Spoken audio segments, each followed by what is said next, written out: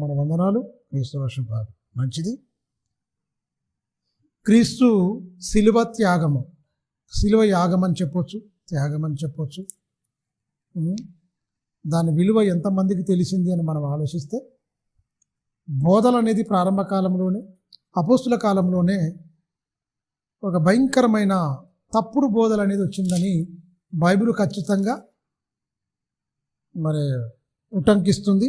చాలా జాగ్రత్తగా చూద్దాం. ఈ తప్పుడు బోధలు, తప్పుడు విధానాలు, వాక్యం వ్యతిరేకంగా బతకడాలు ప్రారంభ దినాల్లోనే, యేసుక్రీస్తు వెళ్ళిపోయిన ప్రారంభ దినాలలోనే, మొదటి 100 ఏళ్లలోనే అనేకమైన అబద్ధ బోధలు వచ్చేసినాయి. మీరు గమనించండి. అక్కడ అదే చెప్తున్నాడు. 2 పేతురు 2వ అధ్యాయము 1వ వచనం నుంచి వెళ్ళి చూస్తే, మరియు అబద్ధ ప్రవక్తలు ప్రజలలో ఉండిరి, అటువలనే మీలోనూ అబద్ధ బోధకులు ఉందురు. ఏమంటున్నాడు? క్రీస్తు శిలువ త్యాగం ప్రపంచానికి తెలిసిందా? కొందరికా అందరికా? కొద్ది మందికే తెలిసింది, అందరికి తెలవాలే. అందరికి తెలిస్తే మారు మనసు, పాపక్షమాపణ చక్కగా బతరు. మీరు గమనించండి. అది లేకపోవడం చాలా బాధాకరం. అంటే ఇక్కడ ఏమంటుడు? ప్రజలలో ఉండిరి, అటువలనే మీలో కూడా ఏమైపోతురు? అబద్ధ బోధకులుందురు.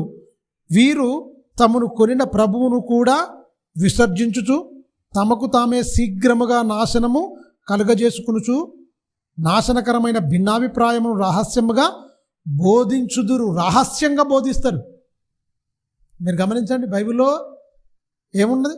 రహస్యాలు ఉన్నాయా? మర్మాలు ఉన్నాయా? మర్మబోధకులు బొచ్చేడంత మంది ఉన్నారు. మర్మం అండి ఇది అంటాడు. మర్మం అంటే మరి 66 పుస్తకాలు రాయించినాక మర్మం ఏముంటుందండి? ఇందులో మర్మబోధకులు ఉండరు, దొంగ బోధకులు, అబద్ధ ప్రవక్తలు ఉండరు. అబద్ధ బోధకులు ఎవరి నుంచి వెళ్ళట? క్రైస్తవులో నుంచి దేవుని నమ్మని చెప్పుకుంటూ తమిన కొనిన ప్రభువును కూడా ఏం చేస్తారట? తమ కొనిన ప్రభువును కూడా ఖచ్చితంగా వాళ్ళు ఏం చేస్తారు? విసర్జిస్తారు. తమ కొనిన పనులు కూడా విసర్జించుచు తమకు తామే శీఘ్రముగా నాశనము కలగజేసుకునుచు నాశనకరమైన భిన్నాభిప్రాయములను రహస్యంగా బోధింతురు. 2 పేతురు 2వ అధ్యాయం 1వ వచనం. అంటే వీళ్ళు ఎవరన్నట్టు? ఇలాంటి వాళ్ళు బోల్డ్ అంత మంది ఉన్నారండి లోకంలో. బైబిల్ ఒక్కటే, విశ్వాసం ఒక్కటే, దేవుడు ఒకడేనా? తండ్రి అయిన దేవుడు ఒక్కడే, విశ్వాసం ఒక్కటే, బాప్తిసం ఒక్కటే, పరిశుద్ధాత్మ ఆత్మ కూడా ఒకడే. ఒకడు అని ఎందుకు చెప్తున్నంటే, మనమందరం ఒకటిగా ఉండాలనా లేకపోతే విడిపోవాలనా? ఉండాలని. లోక సంబంధమైన బోధ మనిషికి బాగా నచ్చుతుంది. ఆత్మ సంబంధమైన బోధ మనిషికి నచ్చదు. ఆత్మ సంబంధమైన బోధ ఆత్మకు నచ్చుతుంది, శరీరం నచ్చదు. శరీరమైన సంబంధమైన బోధ ఆత్మకు నచ్చదు, శరీరానికి నచ్చుతుంది. మీరు గమనించండి. శరీరం ఆనందపరిచే బోధ అబ్బా వేల మంది వెళ్ళిపోతారు తండోపతండాలుగా. ఆత్మ సంబంధమైన బోధ హెచ్చరికలు, శరీరాన్ని ఇబ్బంది పరిచే బోధ, ఇబ్బంది పెట్టే బోధ ఉంటుంది. ఆత్మ సంబంధమైన బోధ. శరీరం అనేది కూకోదు, వినదు, నిద్రపోద్ది అవసరం అనుకుంటే ఏదైనా చేస్తుంది. శరీరం చాలా డేంజరు. మన శరీరమే మనకు శత్రువు. మన శరీరమే మనల్ని నరకానికి, మన ఆత్మను నరకానికి తీసుకెళ్ళడానికి ఈ శరీరం మోసకరమైనది, దురాశలతో నిన్నది, అనేకమైన పాపానికి నిలయంగా మారింది ఈ శరీరం. దీన్ని ఏం చేయాలి? అపోస్తలుడైన పౌలు గారు ఏం చేసిండు? రోట్లో కాక దంచుతా చూసినవా? నిరపకాలిగిన ఒడ్లుగిన అట్లా శరీరాన్ని దంచేసిండట. ఇంతమందికి సువార్త ప్రకటించిన తర్వాత నేనే ఎక్కడ భ్రష్టుని అయిపోతానేమో అని తన శరీరాన్ని నలగొట్టుకొని లోబర్చుకున్నాడు. ఆత్మకు లోబర్చుండు శరీరాన్ని. శరీర ఇచ్చలకు అప్పగించలే. మీరు గమనించండి. అబద్ధ బోధలు. క్రీస్తు శిలువ త్యాగం తెలిసింది అందరికా? కొందరికా? కొందరికే, అందరికి కాదు. మరి అందరు క్రైస్తవులు అయిపోతారు. అందరు నీళ్ళలో మురుగు వచ్చేస్తారు. మొత్తం మేం క్రైస్తవులం అంటారు. ఎందుకు నమ్మినావు క్రైస్తవులం? ఎందుకని క్రైస్తవులు? దేనికి నమ్మిన క్రైస్తవులు?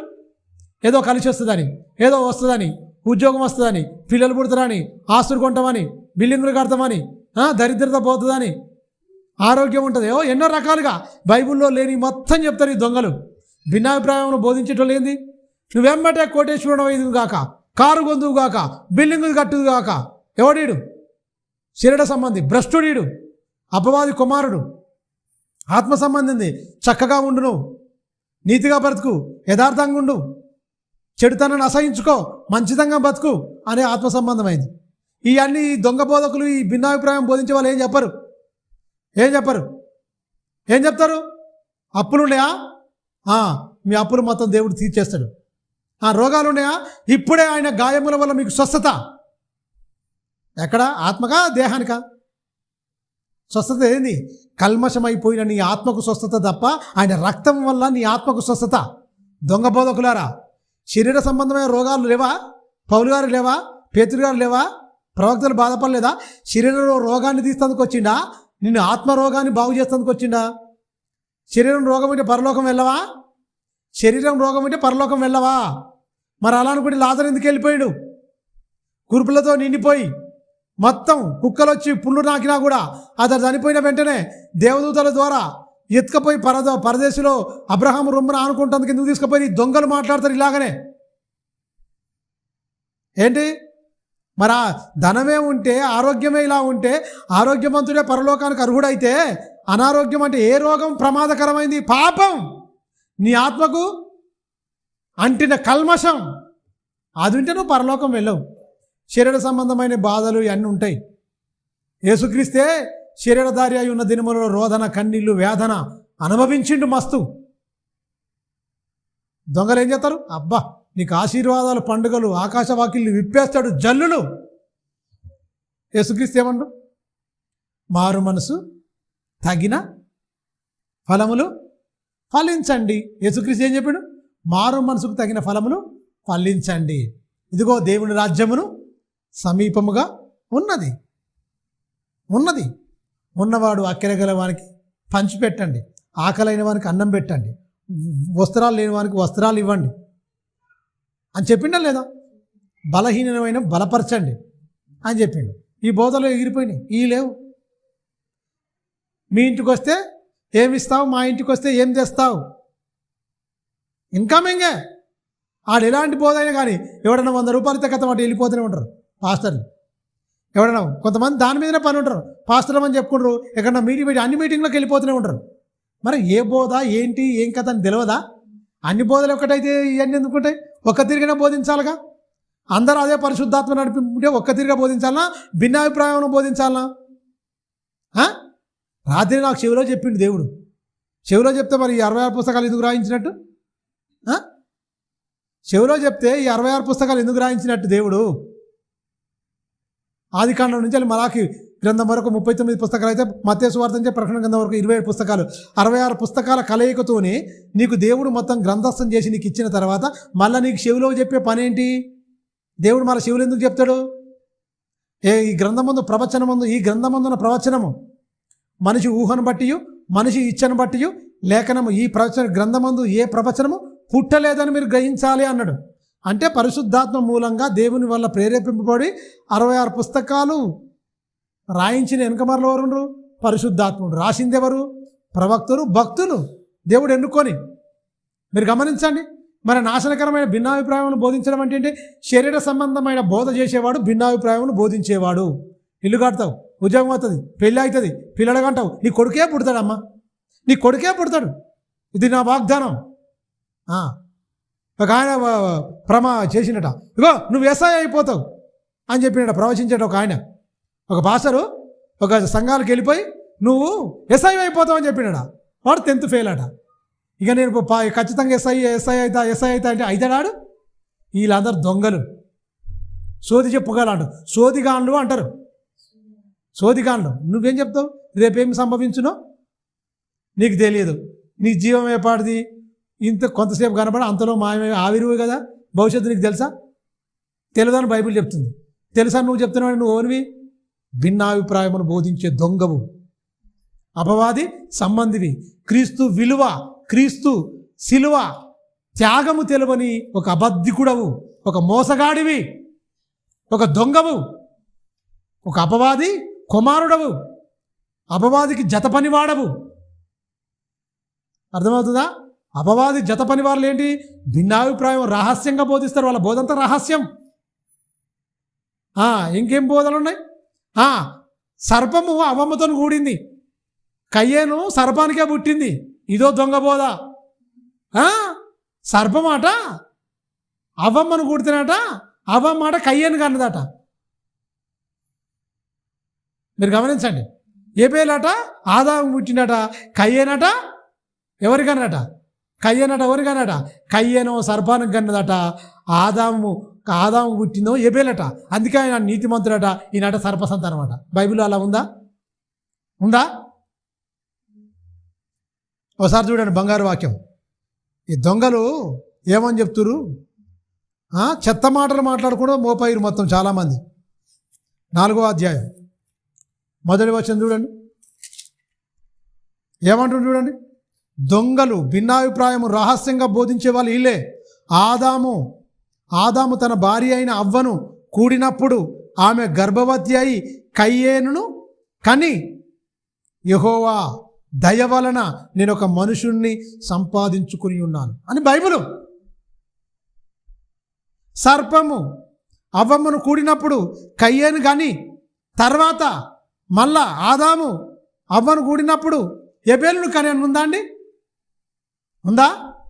ఎందుకు ఈ వక్రీకరణ? ఎందుకు ఈ దొంగ బోధలు వచ్చినాయి? ఎందుకు ఈ దౌర్భాగ్యులందరూ లోకంలోకి వెళ్ళిపోయారు?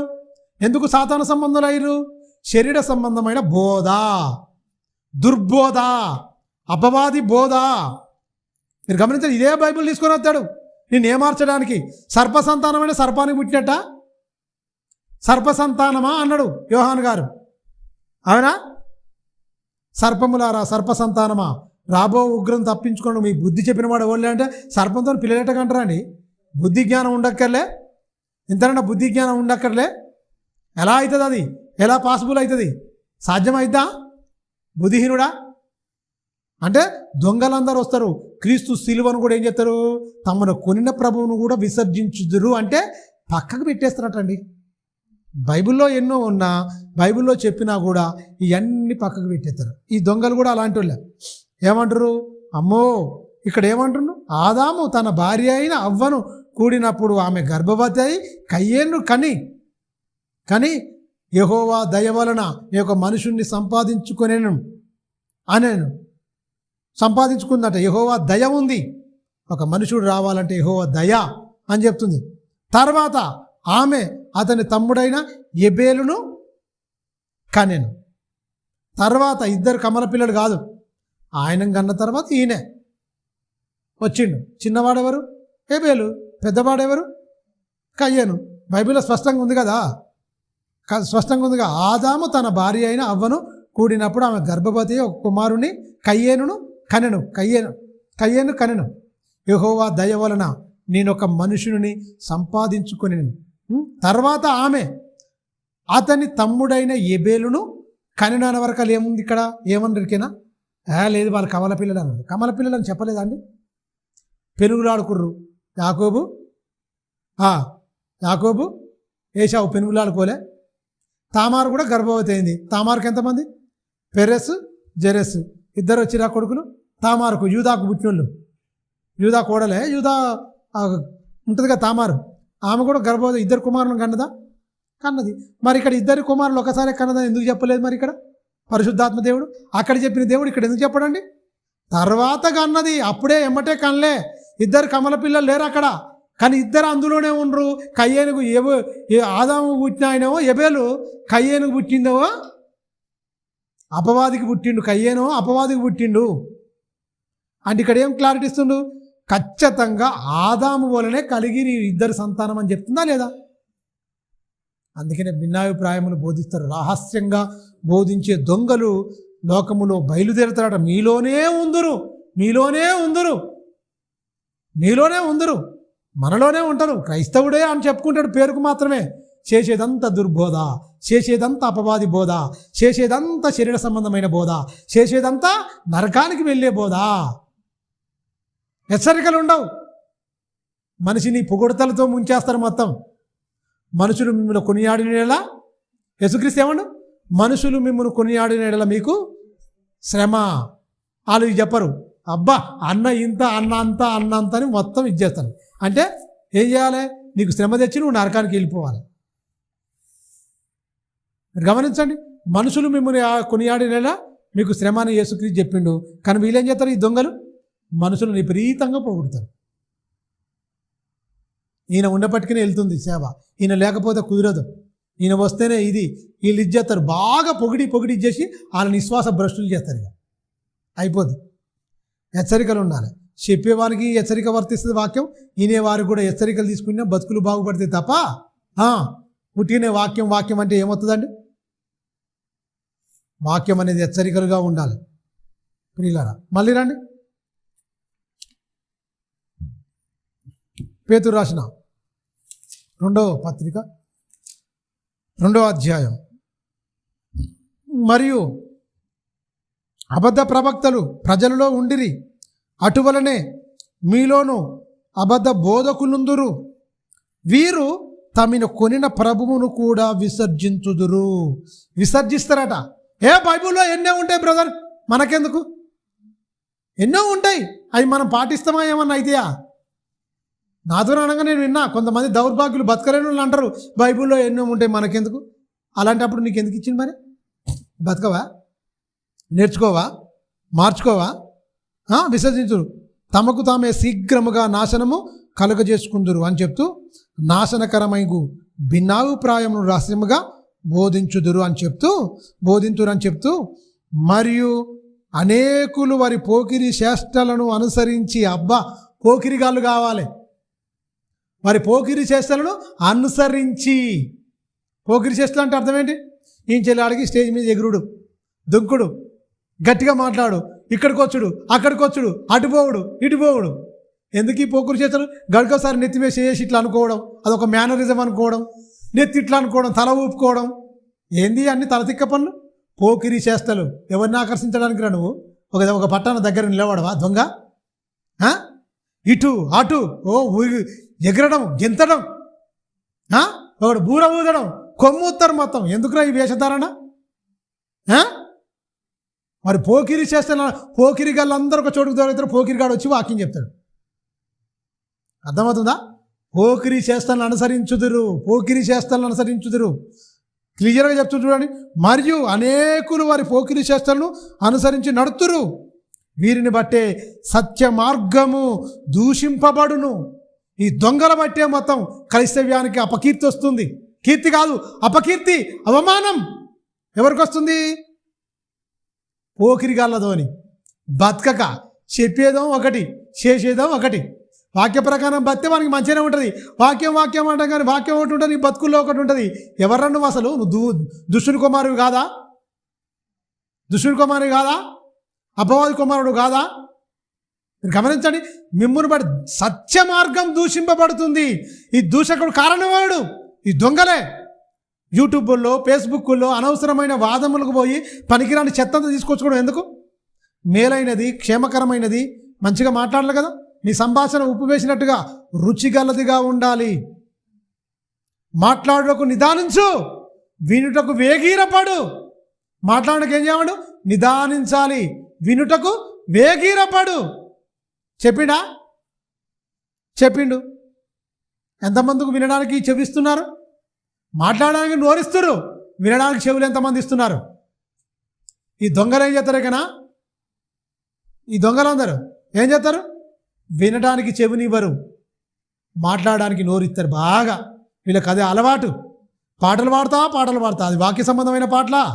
ఎగురుతా, గెంతుతా, నాట్యం చేస్తా, తంబూరతోని. నాట్యం అంటే నీ ఇష్టం వచ్చినట్టు నాట్యం చేయలే. ఇష్టం వచ్చినట్టు నీ భంగిములు అన్ని అందరూ చూపించకుండా నాట్యం చేయలే. మరి పోకిరి చేస్తారు అనుసరించి పోకిరిగాళ్ళు ఏం చేస్తారు? డ్యాన్స్ చేస్తారు, స్కిట్లు వేస్తారు, అన్నీగా. డ్రెస్ కోడ్ కానీ లైట్లు మొత్తం అక్కడికి ఏంది? ఒక పబ్లోకి పోయినట్టే ఉంటుంది. ఏసీ రూములు, ఒంట్లో నుంచి ఒక సుక్కబొట్టు కూడా, ఒక చెమట సుక్కబొట్టు బయటికి రావద్దు. ఈ పోకిరిగాళ్ళందరూ ఒక చోట జామాయి సత్య మార్గాన్ని దూషించేటట్టుగా చెప్తుంటారు మొత్తం. రాత్రే ఒకటి చూసిన, ఇన్ని కవర్లు పెట్టుకోండి. ఇగో మీకు పర్సనల్ ప్రార్థన ఉంటే ఈ కవర్లో ఒక 5,000 రూపాయలు పెట్టియండి, అప్పుడే నేను ప్రార్థన చేస్తా అంటాను. బైబిల్లో ఉందా అది? 5,000 రూపాయలు కవర్లో పెట్టి పంపిస్తే ప్రార్థన చేస్తారట. వ్యాపారమారా దొంగ? దేవుని పేరట వ్యాపారమా? మీరు గమనించండి. దేవుని పేరట వ్యాపారం చేస్తున్నాడు. ఈ పోకిరి గాళ్ళందరూ వ్యాపారం చేస్తులే. తెలుసా? ఈ పోకిరిగాళ్ళందరూ వ్యాపారం చేస్తారు. మీ మీద లాభము, మనుషులతోని లాభం సంపాదించుకునే నిమిత్తం మనుషులను కొనియాడి భ్రష్టులుగా మార్చేస్తారు ఈ భిన్నాభిప్రాయం బోధించే వాళ్ళు. గమనించిరా? క్రీస్తు శిలువ యాగం, త్యాగం తెలియని దొంగలు వీళ్ళందరూ. తాము కొనిన ప్రభువును కూడా విసర్జించడం అంటే వీళ్ళే పోకిరిగాళ్ళు అవుతారా? సన్మార్గములో మంచి మంచి మనుషులు అవుతారా? ప్రేమ కలిగి ఉంటారు, సత్యం చెప్తారు, అల్లరికి చిల్లరగా ఉండరు, ఒక క్రమంగా ఒక బాధ్యతగా ఉండేవాళ్ళు ఎవరు? క్రైస్తవులు. అల్లరిగా చిల్లరగా నోరు పాడేసుకొని పోతారు వీళ్ళందరూ క్రైస్తవులా? క్రైస్తవులు అవుతారా? దుష్టుని సంబంధులు అవుతారు, అపవాది కుమారులు అవుతారు. మీరు గమనించండి. అందుకనే చెప్తుండు, మరియు అనేకులు వారి పోకిరి చేష్టను అనుసరించి నడుతురు, వీరిని బట్టి సత్య మార్గము దూషింపబడును. వారు అధిక లోబులు అంటే అర్థం ఏంటి? పిల్లికి పిచ్చం పెట్టిన దౌర్భాగ్యం. అధిక లోబులు అంటే పిసినోడు అని అర్థం. లోబి వేరు, అధిక లోబి వేరు. వీడు రావాలనే చూస్తాడు, ఇన్కమింగ్ రావాలనే చూస్తాడు. అవుట్ గోయింగ్ అంటే ఇవ్వడం ఉండదుగా, పంచడం ఉండదు. వచ్చినాయని దాచుకోవడం. వీడు పెరుగుతాడు తప్ప పక్కోడు అందరూ అంతే. అధిక లోబులై అంటే అర్థమైంది దొరికినా? నీ దగ్గర, నా దగ్గర, అందరి దగ్గర మొత్తం పిండి పిప్పి చేసి వీడు వీని రాజ్యాన్ని కట్టుకుంటాడు. మొత్తం 100 ఎకరాలు కొనుక్కుంటాడు. మొత్తం కోట్ల రూపాయలు బ్యాంక్ బ్యాలెన్స్ పెట్టుకుంటాడు. మొత్తం దొంగ. అబ్బా గొప్పగా ఉంటాడు. మొత్తం ఏమనంటే దేవుడు బ్లెస్సింగ్ బ్రదర్. మరి నిన్ను బ్లెస్ చేసిన దేవుడు వీడిని ఎందుకు బ్లెస్ చేయడు? విశ్వాసం ఎందుకు బ్లెస్ చేయడు? దేవుడు ఏమైనా పక్షపాత? ఒంటి మీద గుడ్డలు సరిగా లేకుండా వచ్చినోని నీకు కోట్లు వేసుకొని మొత్తం కార్లలో తిరుగుతూ ఏసీ రూమ్లలో కులుపుతున్నా నీకు దొంగ? ఎక్కడంగా వచ్చినాయి అన్నీ చెప్పు. దేవుడు అన్యాయస్తుడా? దేవుడు ఏమైనా పక్షపాత? ఆయనను బ్లెస్ నిన్నెందుకు బ్లెస్ చేస్తాడు? సమానంగా ఎదగాలి కదా, మంచిగా ఉండాలి కదా. ఎవరికన్నా ఇబ్బంది అయినా కూడా వీళ్ళకున్న పరిస్థితి ఏం దొరికినా ఈ దొంగలు ఏం చెప్తారంటే, నీకు అప్పులు ఇవన్నీ ఉన్నాయా? నువ్వు అప్పులు పోవాలంటే దేశం బాగా ఇత్తలేవు వరకు అప్పులైనావు, అందు గురించి నువ్వు ఒక 10,000 పంపి, అప్పుడు దేవుడే అప్పులు తీస్తాడు. అరే అప్పు ఉంటే అమ్మ నా అవసరం అనుకో నీకు చేతనైతే నేను సాయం చేస్తా, అప్పు కట్టుకొని మంచి బతుకమని చెప్తారా? అప్పు అయినా సరే నీకు అప్పు తీరాలంటే నువ్వు దేశం భాగం పంపి ఒక 10,000 అంటే ఏంటి? వానికే తినడానికి తిండి గీక్కుంటుండు వాడు. అంటే నువ్వు గోక్కుంటావా? ఇక గీక్కొని తినేవానికి గోక్కుంటాడు మోపాయిండు. అర్థమైందా? ఇప్పుడు నాకు అప్పుల పాలైనా వచ్చిందనుకో, నేనేం చెప్పాలి? కష్టపడు, వ్యసనాలకు దూరంగా ఉండు, నీకంతా ఇదిగా ఉందా? సరేలేగో నా దగ్గర ఇది ఉన్నాయి, మంచిగా ఫుడ్ ఇవన్నీ ఏమైనా చూసుకోండి, మంచిగా వెళ్ళలేకపోతుందా, ఇబ్బందిగా ఉందా, సెట్ చేసుకోమని చెప్పాలి. ఇది దేవుని బోధ. ఆకలి అయితే అన్నం పెట్టిండు యేసుక్రీస్తు. సొమ్మసిల్లిపోతారేమో బిడ్డలు, ఇంటికి పోయి తిన, అది కాదు చెప్పిండు. అప్పుడు నా దగ్గర ఉంటే సహాయం చేసి, అయ్యా మంచిగా ఉండండి, మంచిగా ఖర్చుల పాలు కాకండి, ఏది పెద్దగా చేసుకోకండి, అంగులు ఆర్బాటాలు అవసరం లేదు, లోకంతో మీకు ఎందుకు విందులు వినోదాలు, ఏదున్నా చిన్నగా చేసుకోండి మీ కుటుంబం వరకే. 100 మందికి అన్నం పెట్టాలి, నేను అప్పుల పాలుగా అమ్మని ఎక్కడ బైబిల్ చెప్పట్లేదు, నీ ఉన్నంతలో నువ్వు చేసుకో, అప్పులైతే ఒకటి తీర్చాడు అని మంచిగా బోధ చేసి మంచిగా నడిపించాలా? లేదు, నువ్వు అప్పులైనవా? అప్పుడు దేవుడు తీరుస్తాడు, నువ్వు అందువల్ల డబ్బులు ఇచ్చాయి. ఎవర్రా ఈ మాట చెప్పింది? దొంగ. బైబిల్లో ఉందా? అండి బైబిల్లో ఉందా? 10,000 పంపి, 20,000 పంపి, దేశం బాగా పంపిస్తాను, నీ అప్పులు మొత్తం తీరుతాయి. ఇది దొంగ. అదే దొంగ బోధకులు అని చెప్తారు. మస్తు వచ్చినాయి దొంగ బోధకులు, రకరకాల దొంగ బోధలు వచ్చినాయి. ఎంత జాగ్రత్త! క్రీస్తు విలువ అంటే క్రీస్తు శిలువ త్యాగం తెలియని దొంగలు అనేకులు ఉన్నారు. వాళ్ళు అధిక లోబులై, మన లోబులు ఏమవుతారు? కల్పన కథలు, వాక్యములు. కల్పన అంటే అర్థం ఏంటి? నీ మట్టి మెదల్లో పుట్టిన జ్ఞానాన్ని ఒక కథగా రూపొందించి చెప్తున్నాడు. వాక్యం చెప్పాడు. ఏం చెప్తాడు? కథ చెప్తాడు. మన జేబులకు కూడా ఏంటంటే కథ సింపుల్గా వింటాం, వాక్యమో కష్టం ఉంటుంది, కథమో వింపు. వాక్యం ఏమైపోద్ది? వాక్యం ఏంటి? కష్టం అయిపోద్ది. కథ ఈ చెవుకు వింపు, దేవుని వాక్య యథార్థత ఈ చెవుకు కష్టం. అమ్మో నేను వినలేను బ్రదర్, చాలా కఠినమైన పదాలు. సూచక్రియలు సూచుటయు, తినుటయు, భుజించుటయు, రొట్టెలు. క్షయమైన ఆహారం గురించి నా దగ్గరకు వస్తున్నారు, అక్షయమైన ఆహారం గురించి కష్టపడండి. ఏం తిందుము, ఏం తాగుదుము, ఏం ధరించుకుందాము, గీదాని మీద ఒత్తురు ఎందుకు అందరూ? క్షేమైన ఆహారం గురించి కాదు కష్టపడేది, అక్షయమైన ఆహారం గురించి కష్టపడి అని యేసుక్రీస్తు చెప్పిన వెంటనే అందరూ అభ్యంతరపడ్డారట. ఎందుకండి మీరు గమనించండి. చాలా జాగ్రత్తగా వాక్యాన్ని మనం ఆలోచిస్తే అధిక లోబులై లోభత్వం వేరు, అధిక లోభత్వం వేరు. అది చాలా డేంజర్. అది తెలుసా? అందరినీ పిండి పిప్పి చేసేదే ఇదంతా. చదవండి మంచి మాట. 2వ అధ్యాయంలో మొదటి నుంచి చదువుతున్నాం. 2 పేతురు 2వ అధ్యాయం మొదటి నుంచి చదువుతున్నాం మనం. మొదటి నుంచి 2వ వచనములో, మరియు వారి పోకిరి చేష్టను అనుసరించి నడుతురు, వీరిని బట్టి సత్య మార్గము దూషింపబడుతుంది. వారు అధిక లోబులై కల్పన వాక్యములను చెప్పుచు మీ వలన లాభము సంపాదించుకుందురు. ఏ లాభం? మీరు గమనించండి. భూ సంబంధంగా ఏడుసుడు, దొంగేడుపులు ఎడతా ఉంటారు. నాకు ఇది లేదు, అది లేదు. వాడే ఏడితే నువ్వు ఏడితే ఎవరికి చెప్పుకోవాలి? మీరు గమనించండి. ధైర్యపరచాలను. నాకే ఇది లేదు, నాకే అది లేదు ప్రభువా అని కొంతమంది ఏం చేస్తారు? దీని మీద ఒక మంచి సామెత చెప్పుకోవచ్చు. మీరు గమనించండి. చెరువు దగ్గర కొంగ ఒక బండ మీద చెరువులో ఒక బండ ఉంటే ఆ బండ మీద ఒంటికాల మీద తపస్సు చేస్తున్నాడు. చేపలు వచ్చినాయట. కొంగబావ ఎప్పుడైనా మమ్మల్ని చూడంగా టక్కున నువ్వు పొడుచుకొని తినేది, మమ్మల్ని ఇది చేసేది ఎందుకు? ఇదేంటి ఒంటికాల మీద తపస్సు ఏంటి అని అడిగిరట.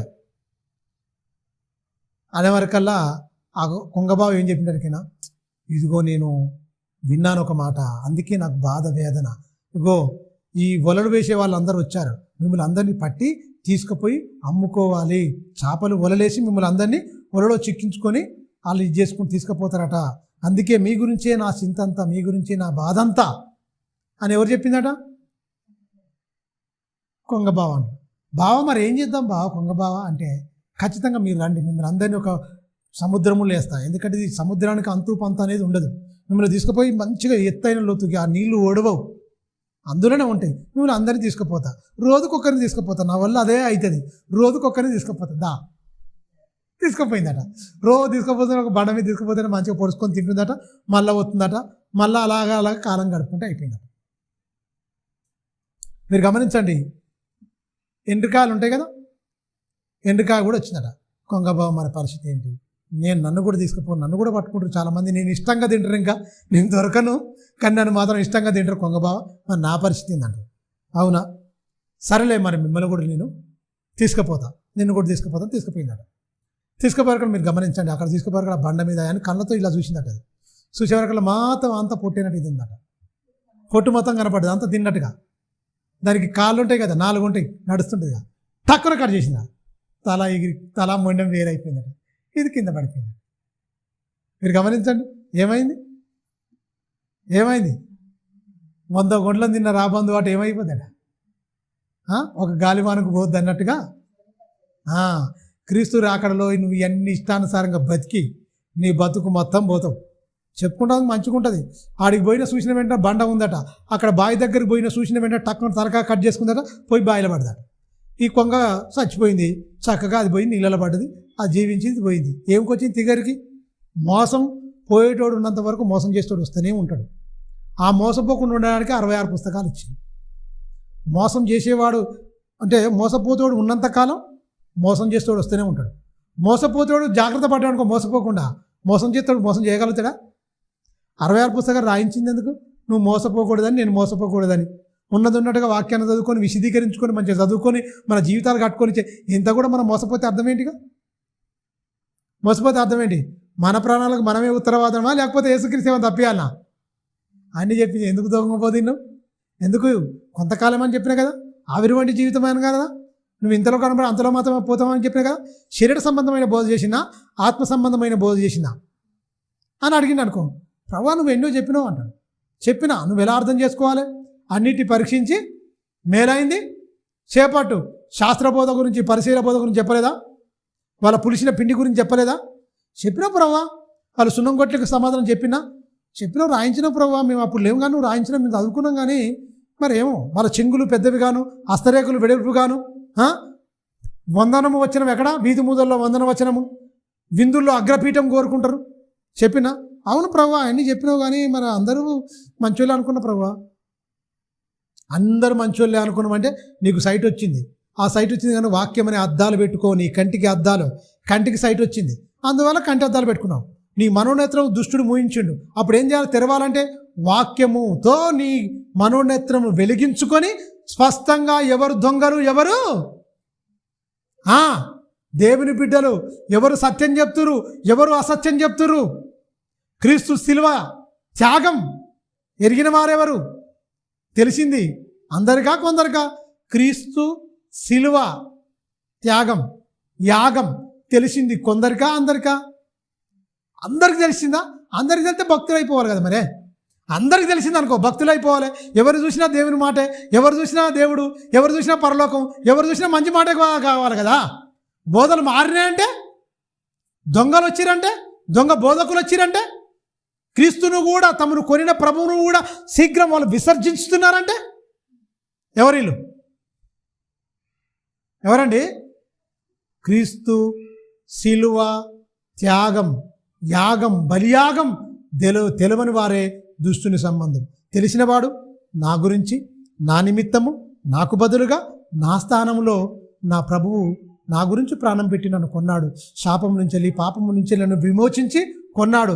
ఎవరు చేయలేని త్యాగం నా ప్రభు నా కోసం చేసిందని భయముతో భక్తితో బ్రతికేవాడే శిలువ యాగం అర్థమైనవాడు.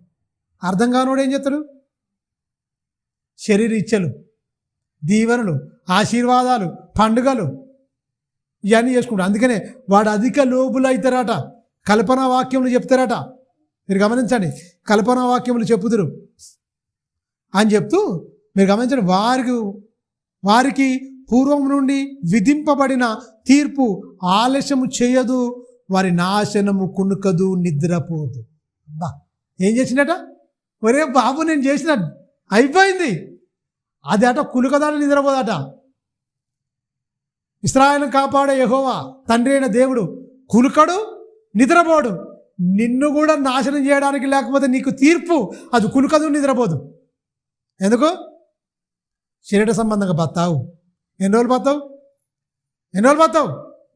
శరీర ఇచ్చలను చంపేయమని చెప్పిండా లేదా? ఎంతమంది ఆత్మచేత నడిపింపబడతారో వాళ్ళందరూ దేవుని కుమారుడు, దేవుని కుమార్తెలు అవుతారు. శరీర క్రియలను, శారీరక క్రియలను ఆత్మచేత చంపాలి అని చెప్పిండు. నువ్వు పెంచుతున్నావంటే నువ్వు ఏ బోధకుడివి? ఏ బోధకుడు అండి? దొంగ. అంతేనా?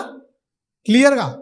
అందుకనే వారికి పూర్వము నుండి విధింపబడిన తీర్పు ఆలస్యము చెయ్యదు, వారి నాశనము కులుకదు, నిద్రపోదని చెప్తూ 4వ వచనము, దేవదూతలు పాపము చేసినప్పుడు దేవుడు వారిని విడిచిపెట్టక పాతాళ మందలి కటిక చీకటి గల బెలములో లోనికి త్రోసి తీర్పునకు కావలి ఉంచుటకు వారిని అప్పగించెను.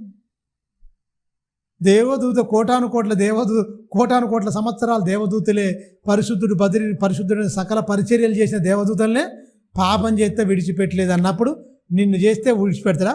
తన స్వరూపం అంద ఈ మాట వల్ల వచ్చినాయి, మనం మాట వల్ల రాలే. దేవుడు తన కళ్ళతో చూసుకున్నాడు, తన అరచేతిలో చెక్కుకున్నాడు, తన ఆత్మ నీలోకి పంపించాడు.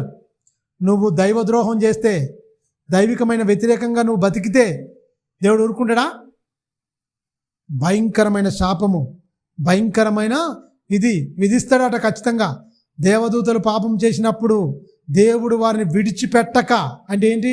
విడిచిపెట్టడండి, విడిచిపెట్టక. మీరు గమనించండి, వాళ్ళనే విడిచిపెట్టలేదంటే మనల్ని ఎందుకు విడిచిపెడతాడు? అందులో పోవద్దని మనకేం చేసిండు ఎరికైనా? మినహాయింపించింది. ఏంటి? క్రీస్తు బలియాగం. అంతేనా? అమ్మో తెలియక వెళ్ళిపోతారు, నరకానికి వెళ్ళిపోతారు. వారిని విడిచిపెట్టలే. వాళ్ళు నా పక్క పెట్టముండి దేవునికి ఏం చేశారు? తిరుగుబాటు చేసిండు. అమ్మటే కడిగి చీకటిగా పోయి తన పిల్లలకు ఒక అవకాశం ఇచ్చిండు. ఏమిచ్చిండు? క్రీస్తు రక్తములో మనందరినీ పునీతులుగా మార్చిండు. విలువ పెట్టి కొనుక్కున్నాడు, తన సొత్తుగా మార్చుకుండు, తన కుమారుడే క్రీస్తును బలిగా అర్పించిండు, తన కుమారుడు పరిశుద్ధాత్మను మనకు వరముగా ఇచ్చిండు. మీరు గమనించండి, వరముగా ఇవ్వబడితే ఆయన సత్యములో నుంచి సర్వసత్యములోనికి మనల్ని నడిపిస్తున్నాడు. తప్పుడు నేర్పిస్తుండా, నీతి ఏందో నేర్పిస్తుండా, పాపం ఏంటో నేర్పిస్తుండా, తీర్పు ఏందో నేర్పిస్తుండా, బోధిస్తుండు మనకు. లోకమంతయు దుష్టుని యందు పడి ఉన్నది. ఆ లోకమును మొత్తం దేవుని వైపు తిప్పడానికి ఎవరు వచ్చారండి?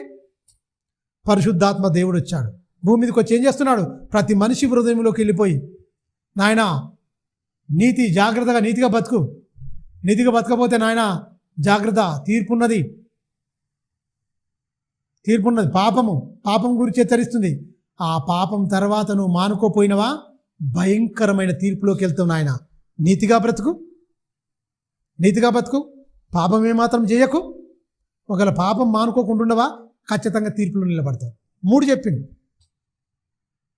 నీతి అన్నాడు. ఫస్ట్ ఏమన్నాడు? నీతి నాయన, నీతిగా నీతిని గురించి బోధించిండు పరిశుద్ధాత్మ దేవుడు, ఎలా ఉండాలి. తర్వాత ఏమన్నాడు? పాపమును గురించి చెప్పిండు. పాపం ఇది తప్పు, వ్యభిచారం, మొహబు చూడొద్దు, బూతులు ఆడవద్దు, దొంగ అబద్ధ సాక్ష్యాలు చెప్పొద్దు, ఇవన్నీ వద్దు నాయన అనడా లేదా? ఈ అబద్ధ సాక్ష్యాలు చెప్పొద్దు, ఇవన్నీ ఉండొద్దు. హృదయం నిండి నోరు మాట్లాడుతుంది. హృదయంలో నుంచి ఏమవుతుంది? నరహత్యలు ఇవన్నీ వస్తాయి, భయంకరమైన వస్తాయని చెప్పిండు. అవన్నీ కూడా తీసేయాలని చెప్పిండు. అది పాపం అని చెప్పిండు. ఆజ్ఞాతిక్రమం పాపానికి జీతం మరణం. మీరు ఒకసారి గమనించండి, ఒకసారి ఆ మాట టచ్ చేసుకుని వద్దాం. ఏం బోధిస్తారు ఏం కథ అన్నప్పుడు మార్కు సువార్తలో ఎప్పుడు మనం చదువుకునేదే మార్కు సువార్త 7వ అధ్యాయం 5వ వచనం నుంచి మనం చూద్దాం. చాలా మంచి మాట అక్కడ ఉంటుంది. మనుషులు ఏమయ్యారట, ఏ దాని గురించి చెప్పింది చూడండి. మార్కు 7వ అధ్యాయము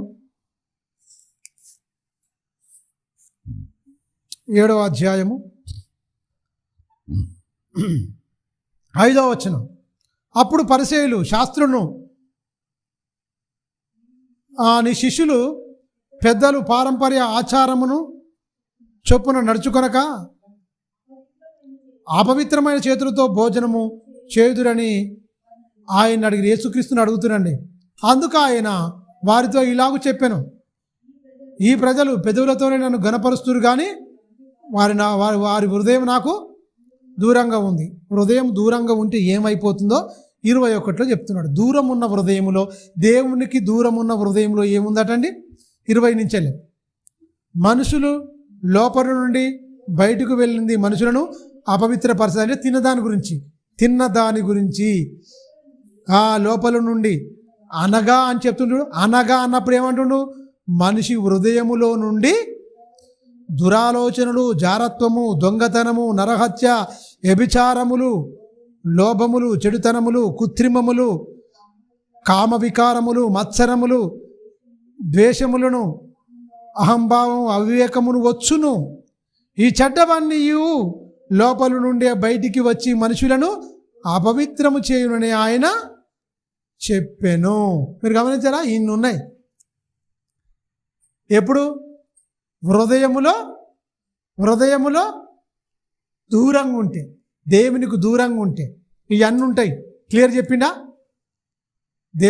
ఇవన్నీ లేకపోతే హృదయంలో ఇవన్నీ ఉంటాయట. హృదయంలో ఇవన్నీ పోవాలంటే ఏమంటాడు? వాక్యం ఉండాలి. తీర్పులోకి రాకుండా ఉండాలంటే ఇవన్నీ ఉన్నాయని ఎక్కడ బోధిస్తాడు? నీతిని గురించి బోధిస్తుంది. ఇది నీతి, ఇది కాదు, ఇది నీతి తప్పింది, ఇది క్రమం కాదు, ఇది అక్రమం అని చెప్తాడా లేదా? క్రమం అనేది ఏం చెప్తుడు? అక్రమం అనేది. క్రమం ఏంటి? యూదుల సంప్రదాయం ప్రకారం క్రమం ఏంటండి? చేలు కడుక్కోవాలి, తల మీద నీళ్ళు చల్లుకోవాలి, మంచిగా కాళ్ళు కడుక్కోవాలి, ఇవన్నీ వంటి శుభ్రత పాటించింది. యేసుక్రీస్తు ఏం క్రమం చెప్పిండు మనుషులందరికీ? హృదయ శుద్ధి గలవారు ధన్యులు, వారు దేవుణ్ణే చూస్తారు. దేవుణ్ణే చూసేంత మంచి మనసు. చేతులు కడుక్కొని స్నానం చేసుకొని కొత్త బట్టలు వేసుకొని మంచిగా ఇదిగా ఉంటే దేవుణ్ణి చూడవు. ఎవరు చూస్తారండి? హృదయములో ఈ లేకుండా ఉన్నోడు చూస్తాడు. తానం చేయకుండా పర్లేదు. ఒక స్నానం చేయకున్నా పర్లేదు, పాత బట్టలైనా పర్లేదు, నీ కాళ్ళకు దుమ్మున్నా పర్వాలేదు, ఏది శుద్ధీకరణ ఉండాలి? ఈ ఒంటి శుద్ధి చేసుకున్నాడు, కానీ హృదయంలో కల్మషం ఉంది యూదులకు. అర్థమవుతుందని చెప్పేది? యూదులకు ఏముంది? కల్మషంతో, కుళ్ళుతో, కుతంత్రంతో ఉన్నది. కావాల్సిన శుద్ధి ఏది కావాలంటే యేసుక్రీస్తు లోపలనా వెలుపలనా? పల్లె గురించి చెప్పిండుగా, వెలుపడ బాగానే చెక్కులు మెరుస్తుంది ఆయన, లోపట దోపుతోనూ అజితేంద్ర తత్వంతో నిండుకునుంది. దోపుతోనూ అజితేంద్ర తత్వంతో నిండుకుంది, కుళ్ళు కుతంత్రంతో ఉన్నది హృదయం. దాన్ని దోముకో. వెలుపట చేసిన వాడు లోపల చేయలేదా? లోపల ఏం చేయాలి? హృదయాన్ని కడుక్కో. ఇవి పైన అయితే సోప్ పెట్టుకుంటాం, మంచిగా తలకు సాం పెట్టుకుంటాం, ఒంటికి సోప్ పెట్టుకుంటాం, అవసరమని కూడా ఈ ప్రాయతో మంచిగా రాసుకొని మంచిగా ఒంటి మైలను తీసుకుంటాం. నీ హృదయానికి పట్టిన కల్మషాన్ని తీసుకోవాలంటే ఏంటి? దేవుని వాక్యం. దేవుని వాక్యము నిన్ను శుద్ధి చేస్తుంది. వాక్యము నువ్వు చోటు ఇవ్వాలి, వాక్యమును చోటు ఇవ్వాలి. పరిశుద్ధాత్మ నీ లోనికి వస్తాడు, నీతిని గురించి బోధిస్తాడు, పాపమును కోరి బోధిస్తాడు, తీర్పును గురించి కూడా బోధిస్తాడు. ఆయన నీలోనికి వస్తే నీ హృదయం శుద్ధి అయిపోద్ది, నువ్వు క్లీన్. అందుకని నీతి వస్త్రము, రక్షణ వస్త్రం ధరించుకుంటావు అంతరంగానికి. అర్థమవుతుందా? ఒంటి మీద బట్టలు చక్కన మర్చిపోతాయి, మరి లోపల ఉండాలిగా, మరి అంతరంగానికి కూడా నీతి వస్త్రం ఉండాలి కదా, నీతి వస్త్రం ఉండాలి కదా, రక్షణ వస్త్రం ఉండాలి కదా, దీన మనసు అనే వస్త్రం ఉండాలి కదా, జాలిగల మనసు అనే వస్త్రం ఉండాలి కదా. ఈ లేకుండా ఏయో వస్త్రాల మీద ఫోకస్ చేసిపోయింది. దేవుడు హృదయానికి వస్తే ఇన్ని వస్త్రాలు నీకు ధరింపజేస్తాడు. మంచిగా నీతి వస్త్రం ధరించుకోండి, రక్షణ వస్త్రం ధరించుకోండి, జాలిగల వస్త్రం అని ధరించుకోండి, జాలిగల మనసు అనే వస్త్రము ధరించుకోండి. ఎవరు ధరించుకుంటారు? ఎవరు ధరించుకుంటారు? బోధలో ఉన్నవారు. ఎవరు ధరించుకుంటారు? క్రీస్తు అర్థమైన వారు. ఎవరు ధరించుకుంటారు? క్రీస్తు శిలువ త్యాగం అర్థమైన వాడు ఖచ్చితంగా బ్రతాడు. పాపాన్ని అసహించుకొని మంచితనాన్ని హత్తుకొని నా జీవితం ఏపాటిది, ఈ లోకమే కాలమే సంకుచితమై ఉన్నది, ఈ దినములు చటవి, సమయము పోనీయొద్దు, అమ్మో నా దేవుని మీద నేను ఆనుకొని బతకాలి, ఇక మన పాపంతో నాకు జోలి ఉండొద్దు అని బతికేది ఎవరు? క్రీస్తు శిలువ త్యాగం అర్థమైనాడు బతడు.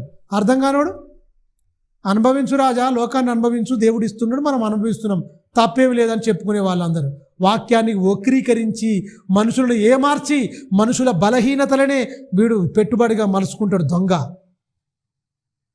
అలా బోధించే ప్రతి ఒక్కడు దొంగే. చాలా కాసుకొని ఉండాలి ఎవరు ఏంటని. మీరు గమనించండి.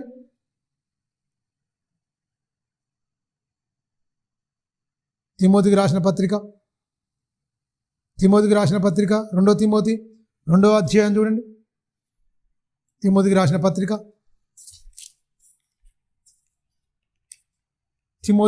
పత్రిక 2 తిమోతి చాలా మంచి మాటలు ఉన్నాయి అక్కడ. 2 తిమోతి 2వ అధ్యాయం 22వ వచనం చూడండి.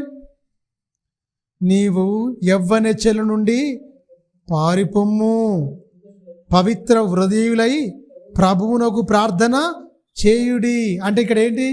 యవ్వనెచ్చల నుండి పారిపోండి. నీ ప్రార్థన అంగీకరించాలంటే ఏముండాలంట?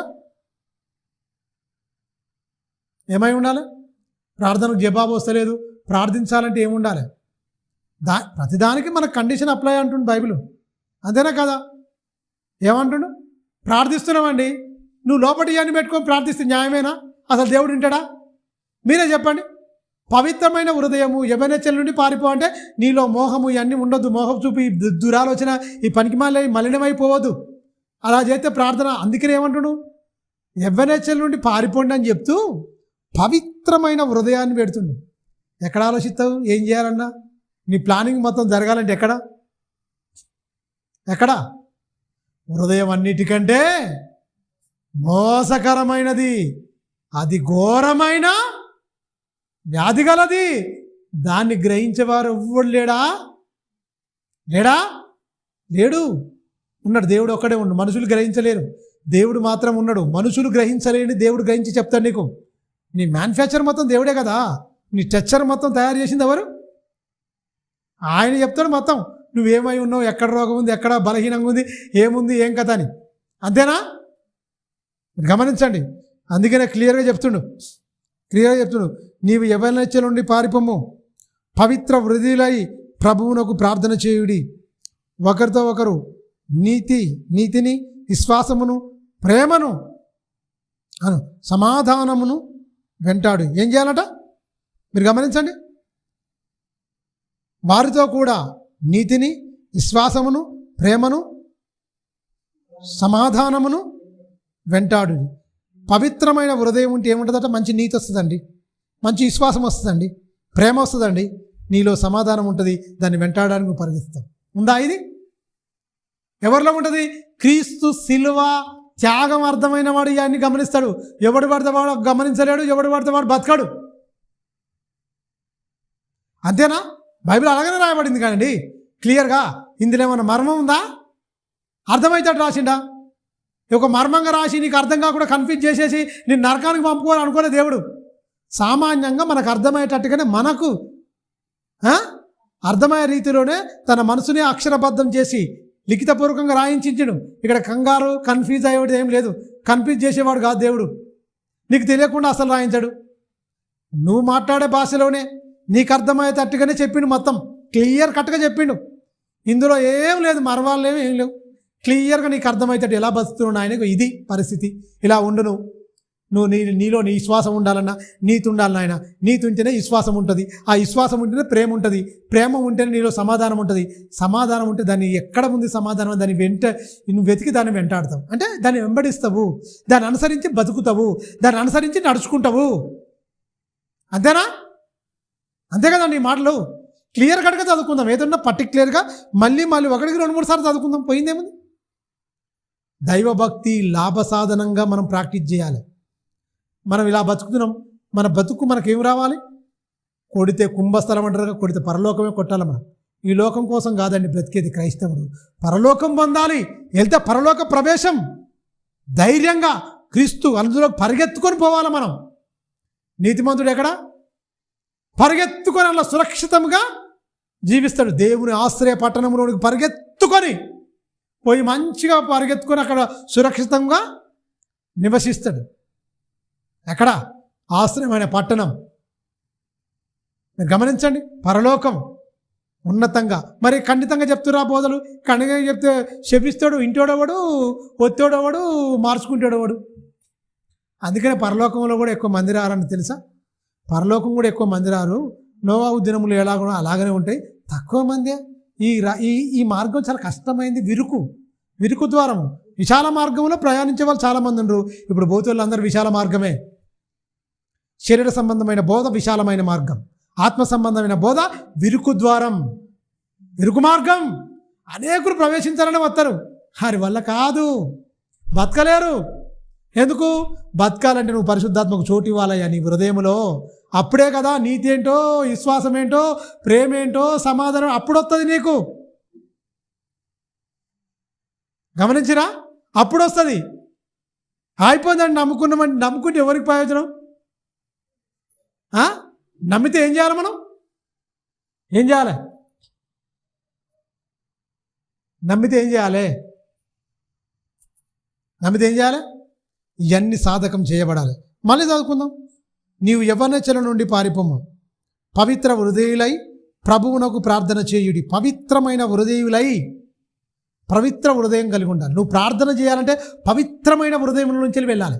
అసూయ, మాత్సరము, ఈ కొల్లు కుతంత్రం పెట్టుకొని ప్రార్థన చేసి దేవుడు ఇట్టడాన్ని. నీ హృదయం ఎలా ఉండాలంటే తెలిసిన పేపర్ లాగా ఉండాలి. దానికి ఒక బెస్ట్ ఎగ్జాంపుల్ చెప్తా. మనం పాలు కాచుకునే పాత్ర సపరేట్ ఉంటుంది. దాంట్లో అన్నమో కూర ఉన్నవో పాలు మొత్తం పగిలిపోతాయి. ఆ పాత్ర అనేది మంచిగా సపరేట్గా ఉంటుంది. పాలు కాగబెట్టుకున్న పాత్ర సపరేట్గా ఉంటుంది. దాంట్లో ఏం చేయొద్దు, ఏం పెట్టొద్దు. మీరు గమనించండి. ఈ హృదయం కూడా ఆ పాల పాత్ర ఎంత స్వచ్ఛంగా ఎలాగైతే ఉంటుందో, పాలు ఏదైనా తేడా వచ్చిందో పగిలిపోతాయి. అప్పుడు పాత్ర శుభ్రం లేనట్టు. నీ హృదయంలో ఈ కల్మషం ఏదైనా ఉన్నదనుకోండి, శరీర సంబంధమైంది, చదువుకునగా మార్కు సువార్తలో అలాంటి ఏదన్నా ఉందనుకోండి, నీ ప్రార్థన ఏమైపోయినట్టు చేరదు. పవిత్రమైన హృదయం లేదు. పాత్ర శుభ్రంగా ఉంటేనే పాలు మంచిగా ఉంటుంది, పెరుగు తోడుగా వస్తుంది, అన్ని రకాలు కూడా విరిగిపోవు. నీ ప్రార్థన దేవుని దగ్గరికి వెళ్ళలేకపోతేనే నీ హృదయం ఏమైపోయింది? హృదయంలో గీ పెట్టుకొని ప్రార్థన బాహాటంగా చేస్తుంటారు మొత్తం. ప్రార్థనా వీరులు అని. మీరు గమనించండి, చాలామంది చూస్తున్నాం కదా, ఎన్నో ఉంటాయి, కానీ ప్రార్థన మాత్రం బాటంగా మొత్తం అందరు వినాలని రకరకాల. ఎవరికి కావాలి నీ ప్రార్థన? దొంగ ప్రార్థన. ప్రజలకా మెప్పించేది నీ ప్రార్థన? దేవుడు మెచ్చాలా? మీరు గమనించండి, ప్రార్థన యోధులు గొలుసేసి అంటారా మొత్తం అంటారు. ఇక గొలుసు ప్రార్థన పెట్టుకురంటే కథం, ఇక ప్రార్థనా యోధులు అని ఇక సూతి సూతి సూతి సూతి, ఇక అంతే. ఇక ఎవరికి కావాలి గొలుసు ప్రార్థన? ప్రార్థన అయిపోయినాయంటే మళ్ళీ వీళ్ళ మీద వాళ్ళ మీద సాడీలు చెప్తూనే ఉంటాం. అది పవిత్రమైన హృదయమా? నేను కూడా ఒకసారి నాకు తెలియక ప్రారంభ దినం నేను కూడా గొలుసు ప్రార్థన చేసిన. అమ్మ మామూలుగా ఉండదు ఆ గొలుసు ప్రార్థన. అది అనుభవించడానికే తెలుస్తుంది కథ. ఎవరికి కావాలి? ఇది ఒకటి చెప్పింది ఇది అంతా. తెరవడి కొత్తగా పోయినప్పుడు మనకి ఏంటి బంది? దేవుడు ఇలా చెప్పిండా? చెప్పని అన్ని ఈ దొంగలు రహస్యంగా భిన్నాభిప్రాయములను బోధిస్తారు. దొంగలు ఇలా అందరూ. గొలుసు చేయమని ఎవడు చెప్పిండు? గొలుసు ప్రార్థన చేయమంటారు. ప్రార్థన చేస్తే పరలోకం తెరవబడుతుంది. ఎప్పుడు తెరవబడుతుంది? పరలోకం తెరవబడి నీ ప్రార్థన వెళ్ళాలంటే పవిత్రమైన హృదయం ఉండాలని బైబిల్ చెప్తుంది. అంతేనా? నేనేమో చెప్తున్నా? పవిత్రమైన హృదయంతో ఉంటేనే కదా ప్రార్థన అంగీకరించేది.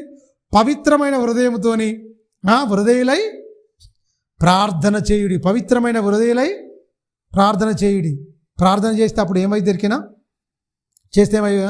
నీతి, విశ్వాసము, ప్రేమ, సమాధానమును వెంటాడుడి. ఈ మూడు ఉంటే నీకు సమాధానం ఉంటుంది, అల్లకొల్లాల ఉండదు, ఆందోళన ఉండదు అని చెప్తూ మీరు గమనించండి. అని చెప్తూ 23 కూడా నేర్పు లేని మూడులు వితర్కములమును మూడల వితర్కములను జగడములను పుట్టించునని ఎరిగి అట్టి వాటిని ఏదాన్ని దేవుని వాక్యాన్ని విసర్జించడం కాదు, అట్టి వాటిని మూర్ఖుల వితర్కములు మూడులు పనికిరాని అని విసర్జించాలి. పైన ఏముంది మనకు? మనం ఏం చదువుకున్నాం? 2వ అధ్యాయంలో ఏం చదువుకున్నామండి? పేతురు దాంట్లో వాళ్ళు కొనిన ప్రభువును కూడా విసర్జించి అన్నారు. ఇక్కడ ఏం విసర్జించమంటుండు? మూడుల వితర్కములను విసర్జించాలి. అక్కడ ఏం చేస్తుర్రు? మూడులుగా మారిపోయి పోకిరి చేష్టలుగా అనుసరించి తమను కొనిన ప్రభువునే శీఘ్రముగా విసర్జించవలసినవి ఏంటి? మూడుల వితర్కములు. పాటించవలసినవి ఏంటి? దేవుని ఆజ్ఞలు. పాటించిన వారు పరలోకం వెళ్తారు. పాటించిన వాళ్ళు దేవుని సంబంధులు. పాటించిన వాళ్ళు క్రీస్తుకు సిలువ సాక్షులు. గమనించండి, సిలువ సాక్షులు అవుతారు ఖచ్చితంగా. చూడండి యోహాను సువార్త, యోహాను రాసిన సువార్త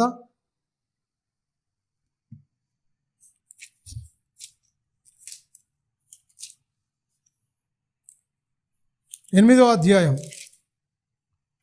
46 నుంచి చూద్దాం. నా యందు పాపముందని మీలో ఎవడు స్థాపింపగలడు? నేను సత్యమునే చెప్పుచున్నాను, మీరెందుకు నన్ను నమ్మరు? ఏంది ఆయనకి బాధ? నమ్మించుకోవడానికి ఏంటండి ఆయనకు అంత కర్మ? మీరు గమనించండి. చూడండి, నాలో పాపం ఉందని ఆయన క్లియర్గా చెప్తున్నారు 46లో. నా యందు పాపం ఉందని మీలో ఎవడు స్థాపించును? నా యందు, నా శరీరం అందు, నా బ్రతుకునందు 33 ఏళ్ళు, 33.5 సంవత్సరాలు అంటే 30 ఏళ్ళు అయిపోయింది. ఎవరుగా ఉన్నాడు 3.5 పరిచర్యలో. ఇగో ఈ 33.5 సంవత్సరాలు అంటే ఈ 30 ఏళ్ళు దాటిని నేను చెప్తున్నాను. నా యందు, నా బ్రతుకునందు, నా జీవితమందు, ఇంట్లో కానీ బయటో కానీ సమాజంలో కానీ ఎక్కడనైనా నా యందు మీరు ఏమైనా పాపం చూపించగలడా? స్థాపించగలడా?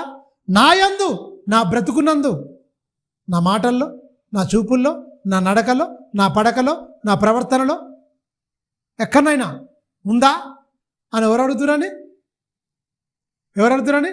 సాక్షాత్తు మన గురించి ప్రాణం పెట్టిన యేసు చెప్తున్నాడు. నా యందు ఏదైనా సరే పాపముందా? మీరు గమనించండి. నా యందు పాపముందని మీలో ఎవడు స్థాపించును? నేను సత్యమునే చెప్పుచున్నాను. చెప్పిన ఎడల మీరెందుకు నన్ను నమ్మరు? దేవుని సంబంధి అయిన వాడు దేవుని మాటలు విను. మీరు దేవుని సంబంధులు కారు గనుకనే మీరు వినుటలేరని చెప్పాను. ఖచ్చితమైన బోధ ఎవరింటారండి? దేవుని సంబంధి. క్లియర్గా చెప్తుంది కదండి. యేసు చెప్పినప్పుడే, యేసు కాలంలోనే వినని దొంగలు ఉన్నారా లేరా? పాపం చేయదు మనిషికి. ఏంటి పాపం అంటే ఏంటి? జుర్రుకుంటాడు పాపాన్ని. ఆహారం మింగినట్టు నా ప్రజలు పాపమును మింగుదురు అంటాడు. అంటే వీళ్ళు ఏం చేస్తారు? క్లియర్ కట్గా బాధతో చెప్తుండండి. బాధతో చెప్తుండే యేసుక్రీస్తు. బాధతో చెప్తుండు, నా యందు పాపం ఉందని మీలో ఎవడు స్థాపించగలడు? స్థాపించును. నేను సత్యమునే చెప్పుచున్న ఎడల మీరెందుకు నన్ను నమ్మరు? మీరెందుకు నన్ను నమ్మరు? చూడండి, నా సమకాలికల్లో చూడండి, సమాజంలో ఎవరినైనా చూసుకోండి, నాతో సాటి నాలాగా బ్రతికిన వాడు ఎవడనుండా? నా ప్రత్యేకత మీరు ఇంకనైనా గమనించరా? అందరిలాంటి వాడుగా ఉన్నానా? అందరిలాగా నేను బతుకుతున్నానా? అందరిలాగా నేను మాట్లాడుతున్నానా? అందరిలాగా నేను చూస్తున్నానా? అందరిలాగా నేను ఉన్నానా? అందరికీ నేను ఒక్కనే మాదిరి, ప్రపంచానికే మొత్తం. నా తండ్రి నాకు శిరస్సు అయితే, ప్రపంచానికే శిరస్సు తండ్రి అయితే మీ అందరికీ శిరస్సు నేనే కదా సంఘానికి. మీరు గమనించండి, యేసుక్రీస్తు ఎంత బాగా చెప్తుంటారు మీరు గమనించండి.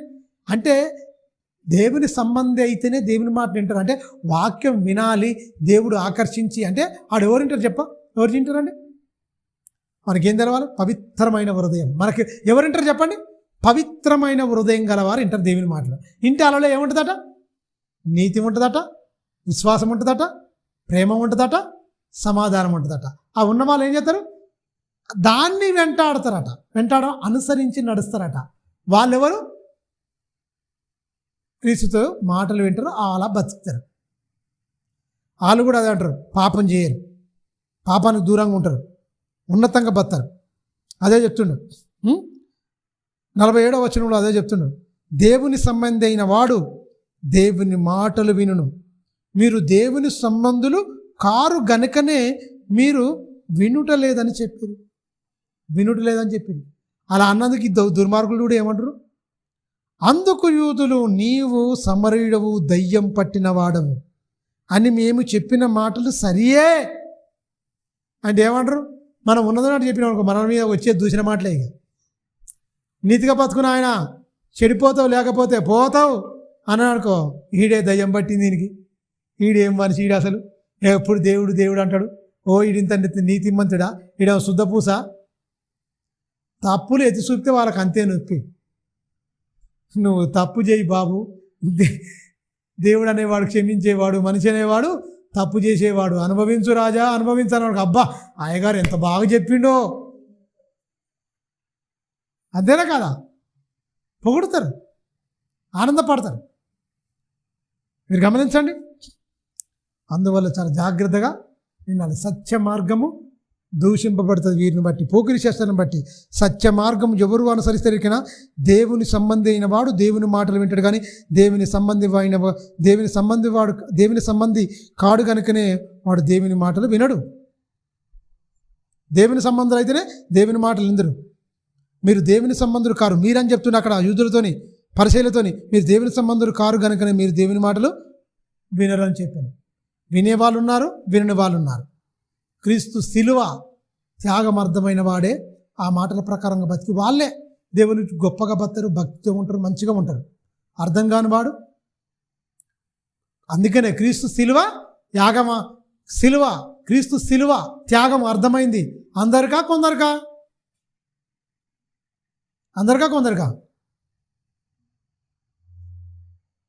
కొందరికే అర్థమైంది. ఈ పాఠం మొత్తం పూర్తి కాలేదు.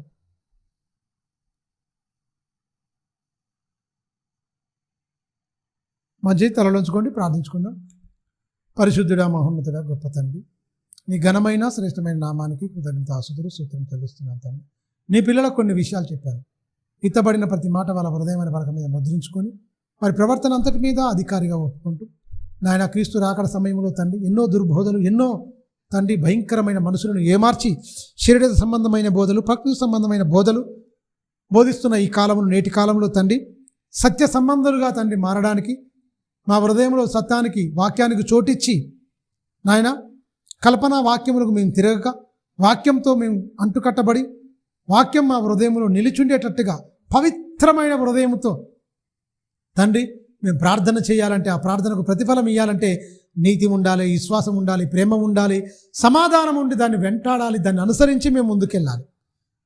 అట్టి భాగ్యము నీ బిడ్డలమైన మా అందరికి దయచేయమని నిండు మనసుతో వేడుకుంటాం. క్రీస్తు నామాని ప్రార్థన అడుగుతున్నాను తండ్రి, ఆమేన్. కూడి వచ్చిన మీ అందరికీ ప్రభు